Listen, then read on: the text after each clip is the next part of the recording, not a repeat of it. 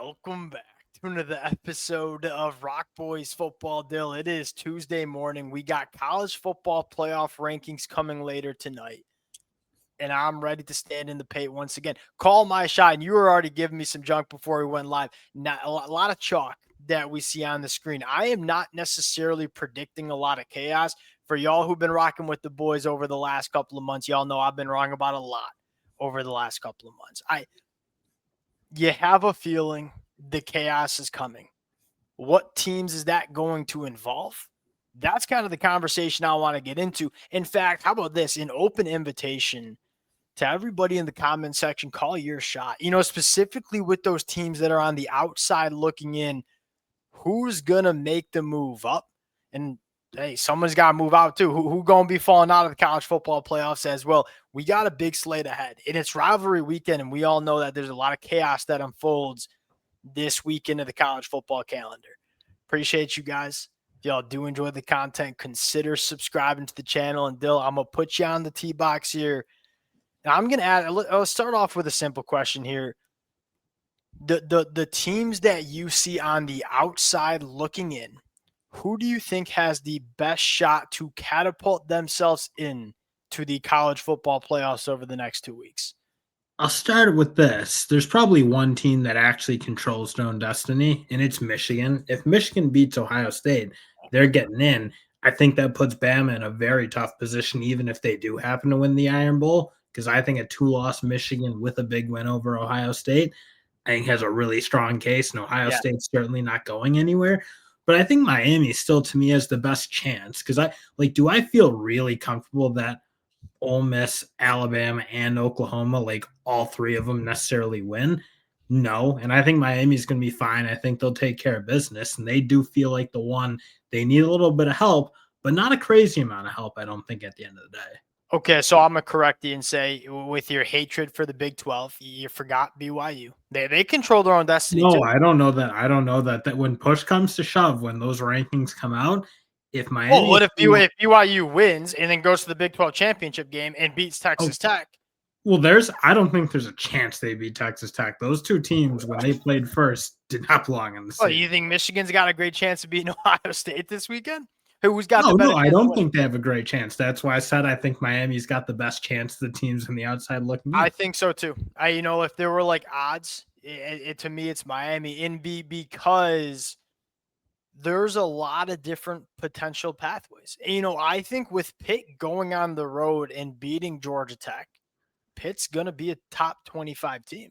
And Miami's going on the road to play Pitt this weekend. What happens if Miami goes out there and wins by 21 points? Oh, see, that doesn't really matter. What matters you don't think that matters? No, I don't think it matters. What matters is one of those three teams need to lose. That's Can I offer you so the three teams that you're circling with the chaos right now is Oklahoma, it's Ole Miss, and it's Alabama, correct? Yes. Can I offer you another game that is a sneaky tighter spread than you would think? Hit me. It's Oregon going on the road and playing Washington. What do you think that spread is? I know you don't look at the odds, so I'm just going to ask you right off the bat, a little cold turkey here. What do you think that line is? I guess 9.5. Yeah, 6.5. Oh. All right, so it's we kind of have to include Oregon in there because, Dill, I'm not sure if Oregon gets in with 2 losses. No, right? if they go 2 losses down, Miami's getting in over Oregon 100% because they got that big win against Notre Dame. I think that's how it plays out as well.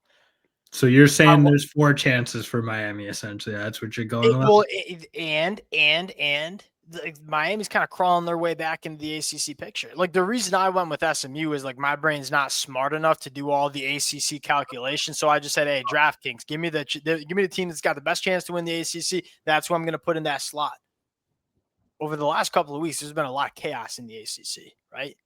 Miami, there's a more legitimate pathway now than there was 2 weeks ago for Miami getting into the ACC championship game. And in that case, Dill, I'm taking Miami against whoever they're playing in the ACC title game. That's another pathway. Okay, what about this pathway, the Hunter Yurachek pathway, where what if they get themselves into the Notre Dame pod, whatever that? Well, that's my question. my question is, what if they go out and beat Pitt by 24 points, right? And it looks very similar to what Notre Dame just did to Pitt a couple of weeks ago, and they get right next to Notre Dame. And it's Notre Dame and it's Miami, and they're in that same pod. And all of a sudden, the committee pulls a stunner and says, Miami head to head over Notre Dame. They're in the same pod now. Miami gets the nod. Like, I'd be really surprised if that's a feasible path, but you are right, because he did, again, Juracek basically said that's kind of there. I feel like he's almost priming us for that sort of like fodder to get really pissed about it, but he kind of like set the stage to. And can I raise my hand real quick? Can I raise my hand real quick and say, I don't, like, as much as I have been banging the table for Miami to get into the playoffs, because I think they're a playoff team and I think they have a chance not only to get into the playoffs, but like make a run in the playoffs. I'm not a proponent of banging the table to keep Notre Dame out, because that's another team that feels like a playoff team as well. We picked a bad season not to fix this thing, Dill. Like, it kind of flew under the radar with Boise State last year because they deserve to get in a little bit. You can't get around it. We're leaving a team out that deserves to be. The G5 stinks. The G5's horrible. And there's not a team that's close to being a playoff caliber team. That's the frustrating part. And again, it sounds, I hope you don't have any JMU fans listening, but it's just a fact, right? Let me ask you about Vanderbilt. Look, me and you are both not super high on Vanderbilt. You know, you look at Vanderbilt and say, tell me what their best win is. Is it on the road against South Carolina? Is it at home against Missouri, where they lost their quarterback in the second half? Is it at home against LSU, who flat out just ain't that good a football team, right? They don't really have that win. But they do have the opportunity. Have those losses. That's probably yes, very, very true. Although that loss to Texas, not great, really, not great. But what if Vanderbilt goes on the road and beats Tennessee? What if Vanderbilt goes on the road and beats Tennessee? And what if Miami goes on the road and beats Pitt? What team are you giving the nod to? Personally, I'm giving it to Miami, because I do think like they still have that win, and they have the eyeball test. Like, let's be honest, Vanderbilt's been in a lot of tight games against not the greatest football teams in the world. Having said that, that's a big Tennessee win if they can go out there and get it. I still think it's going to be Miami, especially. Who do you think comes in the rankings higher, by the way? That's honestly almost the more interesting question right now, is does Vandy now re-jump? Like, I know Miami made the move last week. Does Vandy now, with a big win? And again, Kentucky's a bad team, but NC State was a bad team, and they like the style points. That's going to be an interesting one tomorrow, I think. And then here's the other conversation that's interesting. What does, I mean, if we're comparing Miami and Vanderbilt, where does Pitt and Tennessee come in the rankings? Tennessee goes on the road and absolutely feeds Florida, but Pitt goes on the road and beats Georgia Tech. Like, Pitt's going to be back in the rankings. Do they jump Tennessee? So then it's like when you're comparing the last wins of the season for both of these teams, they're both going on the road. Who beats the higher ranked team? Tennessee's so much better of a football team than Pitt, if we're being honest. We're sure of that. Bill, okay, I'm going to get you responsible for a second. Maybe as I'm going on a diatribe, you can fact check this for me. I read this on Twitter, so I should have looked this up. Does Tennessee have a win over a team that's over 500? Because I saw somebody float that out there that they don't. And I'm not saying Tennessee's a bad team, because we saw them play a team like Georgia and hang in there. Like, I think Tennessee's a good team. Is that true? Do you have it up? I don't think they do. That's crazy talk, man. I don't know what New Mexico State's record is, but I know that wouldn't even count as 500. All right. To me, do we both agree is probably Miami has the best chance to? And now here's the second question, though, is I think, you talk about Miami or Vanderbilt or BYU, and you need some chaos going their way.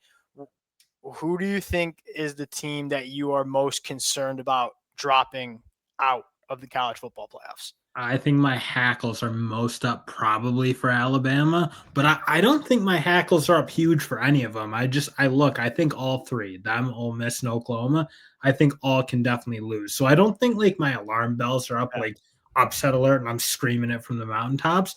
But I think if I were to like take the field versus those three teams winning, like all three winning, or I'm kind of with you. I kind of like the other side. So like you gave me a lot of crap about not having a ton of chaos, and like did I want to get up here and say Oklahoma's going to lose to LSU? No. Did I want to get up here and say Alabama's going to lose to Auburn? No. I feel like one of those teams I'd be surprised if we're leaving this weekend without one of those teams leaving. And I'll tell you the why. Sorry, I'm talking a little fast here. Alabama rivalry game, right, against Auburn, where they have to go on the road and it's at night. And Auburn might be trotting out the future star of this program in Deuce Knight. Who's fun, who's not just like out there like trotting him out like he's bum. Like he looked very fun. Like, look, I don't know what Deuce Knight's going to look like against Alabama. I really don't. He gives Auburn the firepower to make some plays. He gives them the playmaking ability that they just haven't had at quarterback. Deuce Knight has that. And then the other thing, Dale, like Auburn's going to go on the road, and we've talked about it all year long. They cannot run the football. Auburn's got a top 5 run defense in the country. Alabama going on the road, dropping back and throwing the football that much against the DJ Durkin offense that's going to get our defense that's going to blitz the heck out of you. It's a matchup that Auburn defense needs to wake up, or they're going to get secondary. Because their secondary's played quite poorly the last couple of games. Alabama will put up 80 points on them if they play like that. Okay, so how about Ole Miss? And we have to. Do I think Ole Miss is going to lose to Mississippi State? No, although we have to give some credit to Mississippi State. This is a team that played Texas, should have beaten Texas, had every chance in the world to beat Tennessee as well. Hey, Dill, even in that first half against Texas A&M, like that was kind of a hairy game. Like, Mississippi State is scrappy. That's not a doormat team, right? You have to play somewhat decent if you want to win. Rivalry game too.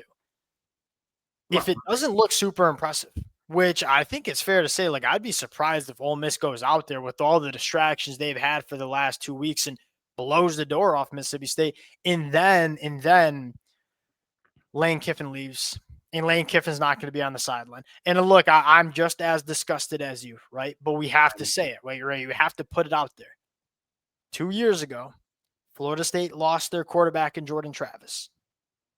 The committee decided to leave an undefeated conference champ Florida State team out of the college football playoffs. Here's the thing that we have to talk about with Lane Kiffin. We talked about it yesterday too. Lane Kiffin is about as valuable of a head coach as you see on this board. Like maybe Brent Venables calling the defense might be like a quick 2, right? He's the play caller. This team is significantly different without Lane Kiffin. How does the committee value Lane Kiffin? If Lane Kiffin's not coaching the playoffs, do you think they'll drop him out of the playoffs? I'd personally be stunned. Like, because it's just like, again, their resume is overwhelmingly good if they do. Yeah. If they're a one-loss team, they only lost against Georgia, who they probably should have beaten. I don't think you can possibly deny them. But you are right. It gets really kind of dicey, and I'd hate to see drop them in the rankings. Hate to see it for Ole Miss. They would have to drop them significantly, right? Because Ole Miss is going to drop them, then they basically have to drop them out of it. If that's like how they're going to think, if they're going to treat the Lane Kiffin departure as a thing, then you're probably right. But I think they'll treat it as a thing, man. At least they should, because they did it 2 years ago. Okay, never mind. They should not, because they shouldn't have done it. We'll see. Just putting it out there. You are right, but I honestly think the bigger issue is, are they going to play well enough to win? Because like they kind of barely snuck out against Florida, who has not been playing particularly inspired lately. True. The bigger thing is, to me, Mississippi State can score. I think they can put some points up, and if they get some game pressure, does that start to be a bit of an issue? Because again, Ole Miss, like they probably not a super inspiring effort against Florida, and Mississippi State's not a team you can just walk into like they used to be. They're pretty good. Not Oklahoma. Pretty good, but they're feisty. Okay, thanks for the clarification on Mississippi State. Oklahoma, you have to be. I don't actually think there's a chance they lose this game, because I'm not convinced LSU is going to like get past the 50. Like, it's like the Spider-Man emoji or whatever, where it's like they're both like pointing at. Well, no, it kind of is, because that LSU defense is legit, man. Right? I'm saying that's way too disrespectful about Oklahoma's offense. Is it? No, yes, it is. LSU's offense is like one of the worst in the country.